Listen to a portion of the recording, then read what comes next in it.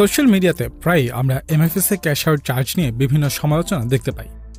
In fact কিছুদিন আগেও social মিডিয়াতেই ১ লাখ টাকা এমএফএস-এর মাধ্যমে পাঠাতে ১৮৫০ টাকা খরচ হয়, যেখানে ব্যাংকে সমপরিমাণ অর্থ ট্রানজ্যাকশনে খরচ মাত্র ৫১ টাকা, এরকম কিছু পোস্ট ভাইরাল হয়েছিল।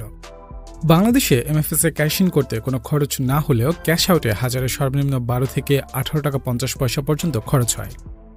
সেই হিসেবে এমএফএস-এর মাধ্যমে ১ লাখ টাকা পাঠাতে ১২০০ থেকে ১৮৫০ টাকা পর্যন্ত খরচ হয়ে যাওয়ার বিষয়টি সত্যিই বলা চলে। দেশের এমএফএসগুলো নিয়ে ইউজারদের মধ্যে একটি ধারণা যে কোম্পানিগুলো এই পুরো টাকাটাই নিজেদের লাভের জন্য চার্জ করে থাকে এবং কোম্পানিগুলো চাইলেই চার্জ কমিয়ে আনতে পারে। কিন্তু আসলেই কি তাই? আমাদের আজকের ভিডিওতে আপনাদের জানাবো বাংলাদেশে এমএফএসগুলোর চার্জ কি আসলেই অনেক বেশি এবং কিসের ভিত্তিতে নির্ধারণ করা হয়েছে এই চার্জ।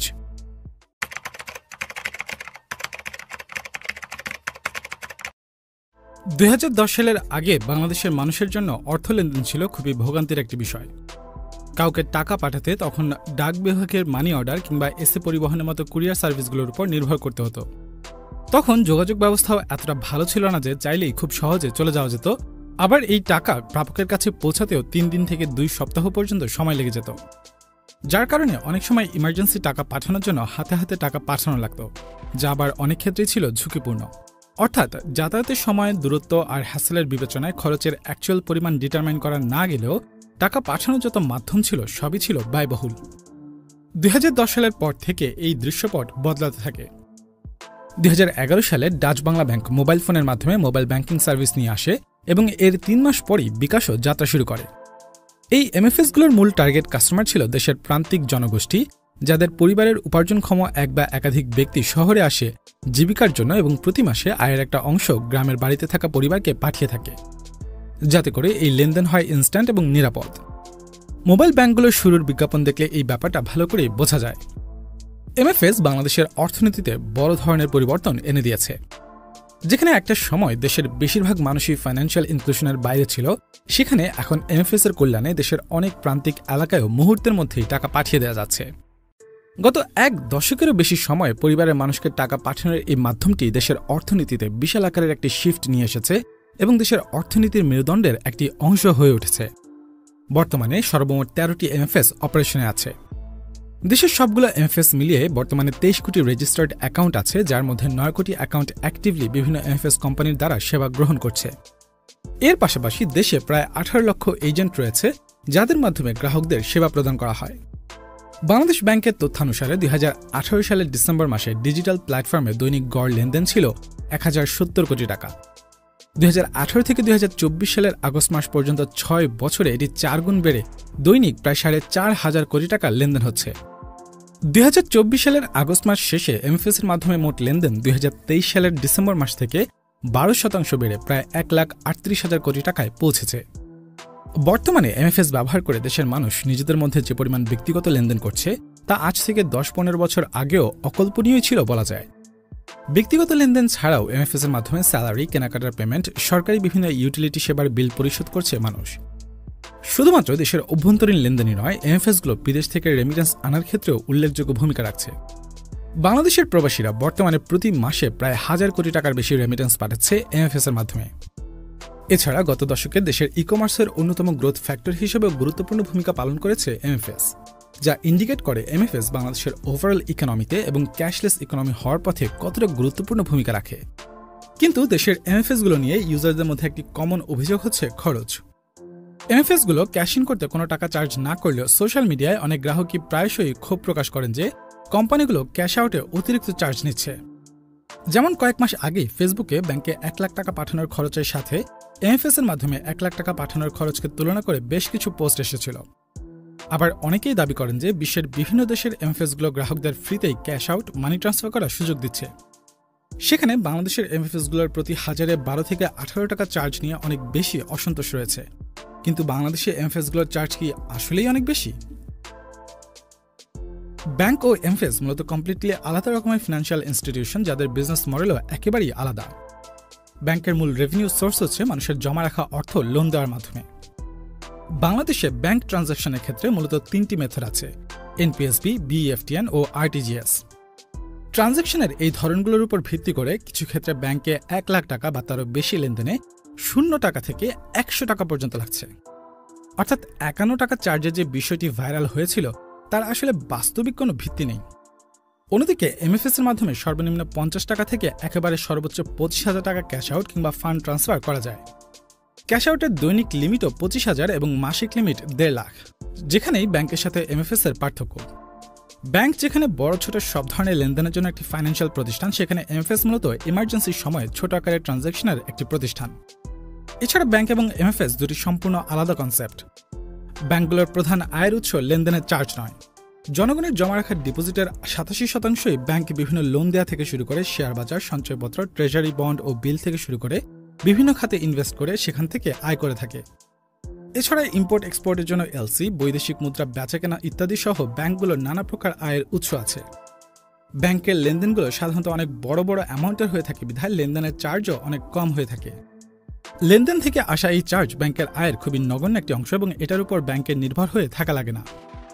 অন্যদিকে এমএফএস প্রতিষ্ঠানগুলোকে গ্রাহকের ক্যাশ ইন করা অর্থের সিকিউরিটি নিশ্চিত করতে গ্রাহকের অ্যাকাউন্টে থাকা অর্থের সমপরিমাণ অঙ্কের টাকা বাণিজ্যিক ব্যাংকে সিকিউরিটি মানি হিসেবে রাখতে হয়। বাংলাদেশ ব্যাংকের নির্ধারিত এমএফএস গাইডলাইন অনুযায়ী প্রতিষ্ঠানগুলো এই টাকা অন্য কোথাও বিনিয়োগ করে বাড়তি আয় করতে পারে না। অর্থাৎ এমএফএস এর আয়ের জন্য ক্যাশ আউট কিংবা লেনদেনের জন্য চার্জ করা ছাড়া কোনো উপায় নেই, যার কারণে চার্জের জন্য আসলে ব্যাংকের সাথে এমএফএস এর তুলনা কোনোভাবেই সামঞ্জস্য নয়। বাংলাদেশে এমএফএসগুলো সাধারণত ক্যাশ আউটের ক্ষেত্রে 12 থেকে 18 টাকা পর্যন্ত চার্জ করে থাকে। জানিয়ে বাংলাদেশের অনেক গ্রাহকই মনে করেন এমএফএস এর চার্জ আরও কমানো উচিত। তবে এমএফএস এর ক্যাশ আউট চার্জ কেন এত বেশি, তার জন্য এমএফএস অপারেশন পরিচালনার জন্য প্রতিষ্ঠানগুলোর খরচের বিষয়টি বোঝা দরকার। ইউজারদের বাইরে বাংলাদেশের এমএফএসগুলোর জন্য অন্যতম বড় স্টেক হোল্ডার হচ্ছে এজেন্ট। এরপরই আছে ডিস্ট্রিবিউটর এবং মোবাইল নেটওয়ার্ক অপারেটর। এই 3 ধরনের স্টেক হোল্ডারদের সাথে এমএফএস প্রতিষ্ঠানগুলোর রেভিনিউ শেয়ার করতে হয়। এমএফএস থেকে আমরা যখন ক্যাশ ইন করি তখন কোনো চার্জ থাকে না, কিন্তু যখন ক্যাশ আউট করা হয় তখন যে চার্জ করা হয় তা থেকে ক্যাশ আউট এজেন্ট যেমন একটা কমিশন পায়, তেমনি ক্যাশ ইন এজেন্টও কমিশন পেয়ে থাকে। এক্ষেত্রে ক্যাশ আউট এজেন্ট চার্জের 25% পর্যন্ত এবং ক্যাশ ইন এজেন্ট এমএফএস ভেদে 23 থেকে 25% পর্যন্ত কমিশন পেয়ে থাকে। এজেন্টদের বাইরে ডিস্ট্রিবিউটর, অর্থাৎ যাদের কাছ থেকে এজেন্টরা এমএফএস এর ব্যালেন্স নিয়ে থাকেন, তাদেরকে ক্যাশ আউট চার্জের 15% বেশি দেওয়া হয়ে থাকে। এর বাইরে এমএফএস ইনফ্রাস্ট্রাকচারের মূল ভিত্তি মোবাইল নেটওয়ার্ক অপারেটরদের সাথে চার্জের 4 থেকে 5% শেয়ার করতে হয়। এছাড়া ভ্যাট হিসেবে সরকারকে সর্বনিম্ন 13 থেকে 30% পর্যন্ত ভ্যাট দিতে হয়। বিভিন্ন এমএফএস প্রতিষ্ঠান ভেদে কমিশন এবং রেভিনিউ শেয়ারিং এর পার্সেন্টেজ বিভিন্ন রকম হয়ে থাকে। তবে কারেন্টলি অপারেশনাল এমএফএসগুলোর মধ্যে শীর্ষ প্রতিষ্ঠানগুলোর তথ্য পর্যালোচনা করলে রেভিনিউ ডিস্ট্রিবিউশনের যে হার পাওয়া যায় তাতে এমএফএসগুলোর প্রতি 1000 টাকা ট্রানজ্যাকশনে গড়ে 15 থেকে 16 টাকা বা তারও বেশি খরচ হয়। এসব স্টেক হোল্ডারদের সাথে রেভিনিউ শেয়ারের পর এমএফএস প্রতিষ্ঠানের কাছে চার্জের মাত্র 1 থেকে 2%ই থাকে। অর্থাৎ এমএফএস প্রতিষ্ঠানগুলোর চেয়ে বিভিন্ন পর্যায়ের মিডলম্যান, ইনফ্রাস্ট্রাকচার প্রোভাইডার ও রেগুলেটরি বডি চার্জের বেশিরভাগ অংশ পেয়ে থাকে। এমএফএসগুলোর এই রেভিনিউ শেয়ারিং স্ট্রাকচার মূলত বাংলাদেশ ব্যাংক থেকে নির্ধারণ করে দেয়া, যার কারণে এমএফএস এর কার্যক্রম শুরুর পর থেকে গত 1 দশকেরও বেশি সময় ধরে কোম্পানিগুলোর চার্জে তেমন কোনো চেঞ্জই আসেনি বলা চলে। অথচ 2011 সালের অ্যাভারেজ এক্সচেঞ্জ রেটের সাথে 2024 সালের এক্সচেঞ্জ রেট তুলনা করলে এই সময়ের মধ্যে টাকা ইউএস ডলারের বিপরীতে 60% বেশি মূল্যমান হারিয়েছে। কিন্তু সে অনুযায়ী কোম্পানিগুলো তাদের চার্জ বাড়ায়নি। বাংলাদেশ ব্যাংক থেকে প্রাইসিং স্ট্র্যাটেজি ও গাইডলাইন রেগুলেটেড থাকাতে কোম্পানিগুলোর ওভারঅল প্রাইসিং 18 টাকার মধ্যেই সীমিত এখনও। অর্থাৎ এমএফএসগুলোর রেভিনিউ শেয়ারিং স্ট্রাকচার পর্যালোচনা করলে দেখা যায় 15 থেকে 16 টাকা বিভিন্ন স্টেক হোল্ডারদের সাথে শেয়ার করার পর এমএফএস প্রতিষ্ঠানগুলোর লাভের পরিমাণ খুবই কম থাকে।